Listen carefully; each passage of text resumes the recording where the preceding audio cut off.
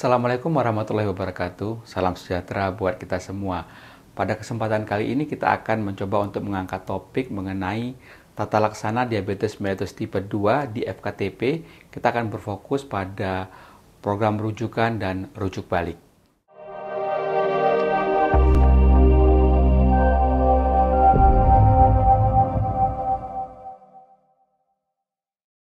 Alur penanganan pasien diabetes mellitus seperti kita lihat di diagram ini dimulai dengan melakukan evaluasi pasien secara menyeluruh. Nah, apa aja yang evaluasi? Ada beberapa item yang kemudian setelah kita melakukan evaluasi, maka kita harus mempertimbangkan faktor-faktor yang akan mempengaruhi pilihan obat yang akan kita pakai. Faktor-faktor misalnya apakah ada terkait dengan komplikasi diabetesnya, faktor sosioekonominya, dan hal lainnya. Kemudian kita akan melakukan diskusi dengan pasien untuk terapi yang akan kita berikan kepada pasien karena memang dibutuhkan suatu kesepakatan antara dokter dan pasien mengenai penanganan yang akan diberikan kepada pasien.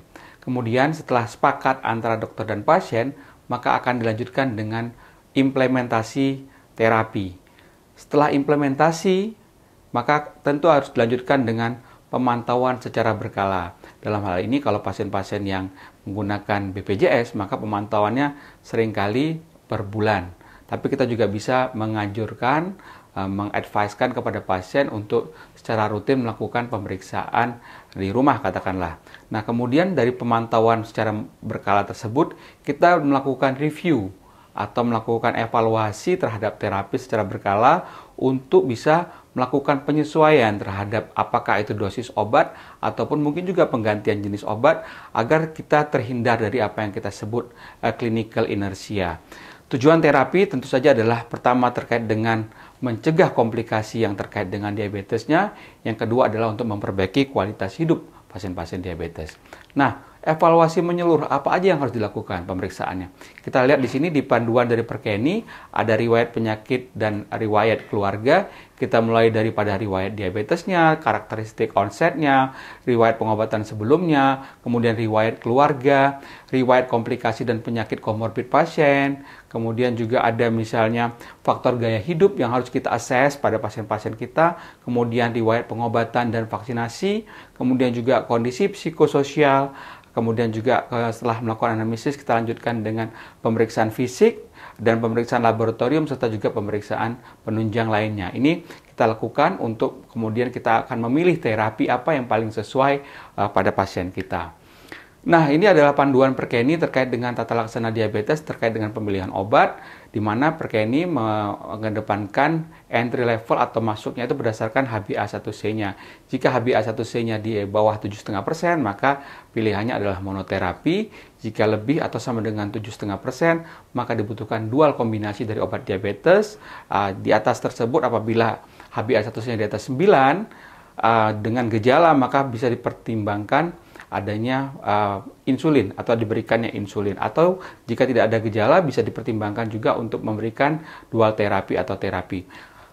Catatan di sini adalah pada pasien-pasien yang ada komplikasi terkait dengan ASCVD, atherosclerosis cardiovascular disease, heart failure atau kidney failure, maka bisa dipertimbangkan untuk menggunakan obat-obat yang tidak menambah resiko untuk terjadinya progresivitas daripada penyakit komorbid tersebut.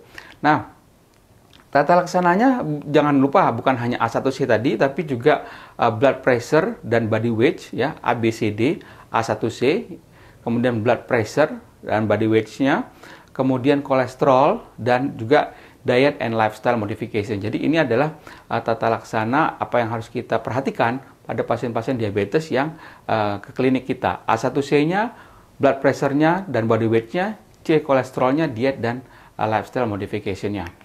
Nah, kita masuk ke inti dari diskusi kali ini terkait dengan identifikasi kasus rujukan di layanan primer. Jadi, pasien-pasien yang seperti bagaimana yang harus kita lakukan rujukan ke fasilitas kesehatan tingkat lanjut. Yang pertama adalah apabila dalam 3 bulan ditemukan gula darah puasa lebih daripada 130, gula darah postprandial di atas 180, atau HbA1c di atas 7. Jadi pasien-pasien yang sudah kita terapi tapi masih belum mencapai target, maka bisa kita pertimbangkan untuk melakukan rujukan. Atau misalnya pasiennya ada dislipidemia, ada hipertensi, ada anemia, ada infeksi, atau ada retinopati, maka juga kita pertimbangkan untuk melakukan rujukan. Kemudian pasien diabetes yang lansia, atau dalam terapi kombinasi OAD dalam 3 bulan itu tidak tercapai target, maka kita pertimbangkan untuk melakukan rujukan ke fasilitas kesehatan tingkat lanjut. Atau pasien diabetes yang mengalami krisis hiperglikemia atau hipoglikemia berulang, maka kita sarankan untuk dilakukan rujukan ke FKTL. Kemudian juga pasien-pasien diabetes dengan komplikasi kronik, pasien diabetes dengan kehamilan, pasien infeksi kaki yang berat, atau pasien dengan TBC paru, maka kita pertimbangkan, kita sarankan untuk dilakukan rujukan ke fasilitas kesehatan tingkat lanjut. Jadi, identifikasi pasien diabetes untuk yang dirujuk yang pertama adalah apabila pasien datang dengan 2 OAD sudah 3 bulan, sudah 3 bulan dengan 2 OAD, kemudian pada waktu dilakukan pemeriksaan, gula darah puasanya masih di atas 130, gula darah setelah makannya masih di atas 180, atau HbA1c-nya masih di atas 7, maka dirujuk. Kemudian, atau pasien datang dengan 3 OAD sudah 3 bulan, kemudian kita lakukan pemeriksaan gula darah puasa di atas 130, postprandial di atas 180, HbA1c di atas 7, maka kita rujuk. Atau misalnya pasien datang dengan OAD apapun, tapi tensinya masih tinggi, ya, tensi sistolnya masih di atas 130, atau kolesterolnya masih di atas 200, HB-nya masih ada anemia, atau ada infeksi, misalnya TB atau lupus kaki, maka kita sarankan untuk dirujuk. Atau misalnya pasien datang dengan OAD atau apapun, atau belum dapat OAD, tapi usianya di atas 60 tahun, atau hamil, ya, maka kita sarankan untuk rujuk.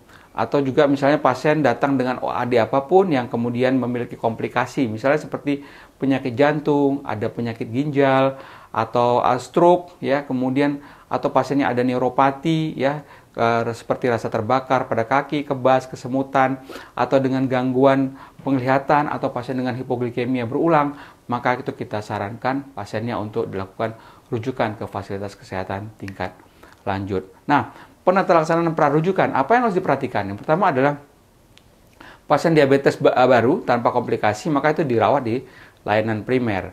Kemudian sebelum itu juga obat oral yang tersedia itu dimanfaatkan sepenuhnya sebelum pasien dianggap perlu untuk dirujuk. Karena kita tahu juga di fasilitas kesehatan tingkat pertama juga sudah dibekali dengan obat-obat diabetes, maka obat-obat oral yang tersedia bisa dimanfaatkan sepenuhnya sebelum pasien dianggap perlu untuk dirujuk. Nah, kemudian juga penting sekali untuk prarujukan ini diberikan edukasi terkait pola hidup sehat, meliputi edukasi mengenai nutrisi, latihan fisik, dan juga kebiasaan-kebiasaan yang baik sesuai dengan prinsip pengelolaan diabetes mellitus. Dan untuk pasien-pasien yang dalam kondisi emergensi, maka perlu dilakukan tindakan awal yang secukupnya untuk pasien ini sebelum dilakukan rujukan. Misalnya diberikan infus natrium NaCl, ya, untuk kasus kegawatan hiperglikemia, atau infus dextrose untuk kasus-kasus dengan hipoglikemia berat. Itu adalah penata laksanaan prarujukan untuk pasiennya. Nah, bagaimana jika sudah dirujuk balik? Ini pertanyaan yang sering juga disampaikan, ya. Jadi ada aturan mengenai ketentuan pelanjutan resep di FKTP, ya, di mana memang perubahan penggantian obat-obat hanya dapat dilakukan oleh dokter spesialis di vaskes tingkat lanjut. Dokter FKTP itu lebih melanjutkan resep dari dokter spesialis atau subspesialis yang ada di di fasilitas kesehatan tingkat lanjut, di mana obat-obat pasien PRB ini dapat diperoleh di apotek atau farmasi yang bekerja sama dengan BPJS Kesehatan. Khusus untuk insulin, maka dokter-dokter di FKTP itu memiliki otoritas untuk bisa mengubah dosis insulin sampai dengan 20 unit. Tapi apabila pasien memerlukan lebih dari 20 unit, maka bisa dipertimbangkan untuk dilakukan rujukan kembali ke FKTL. Itu yang bisa kami sampaikan di sini mengenai pola rujukan dan rujuk balik untuk pasien-pasien diabetes mellitus. Semoga ini bermanfaat, dan selalu ikuti Instagram kami Endometa Indonesia dan YouTube channel kami Endokrin Metabolik Indonesia untuk mendapatkan update-update dan situasi terkini mengenai tata laksana kelainan-kelainan endokrin. Terima kasih.